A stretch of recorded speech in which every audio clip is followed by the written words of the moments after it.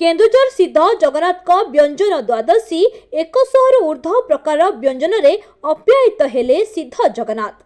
केन्दुझर पुराणा सहर स्थित सिद्ध जगन्नाथ मंदिर रे 2015 मसीह नवकलेबल परठारु व्यंजन द्वादशी पालन कर जाउअछि।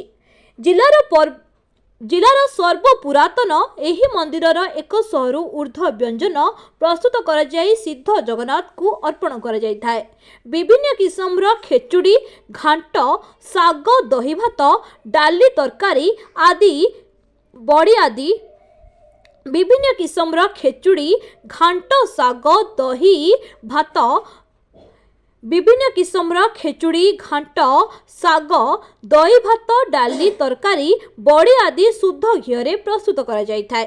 एहा सह विभिन्न प्रकार मिठा जेपरिक कपुल केड़ी, एहा सह विभिन्न प्रकार मिठा जेपरिक कपूर केड़ी, झिली, आरिसा, काकरा पिठा तैयारी कर जाई थाए। केन्दुझर जिलार प्रसिद्ध विभिन्न प्रकार बड़ी मध्य प्रस्तुत कर जाई थाए। एही द्वादशी दिन सिद्ध जगन्नाथ को विभिन्न व्यंजन द्वादशी पुष मास शुक्ल पक्ष द्वादशी रे हुए। माँ यशोदा कृष्ण को व्यंजन प्रस्तुति करी आज बहुत प्रकार देथिले, किंतु श्रीक्षेत्र रे दुई गोटी मठरे हुए आउ बालेश्वर रे हुए।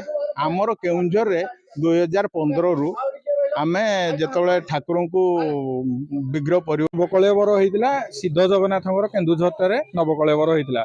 सही 2015 मसीहा ठारू एठारे व्यंजन द्वादशी पर्व पालन कराई। आज पर्यंत 2024 मसीहा हेलानी 10 वर्ष धरी ए पालन कराई।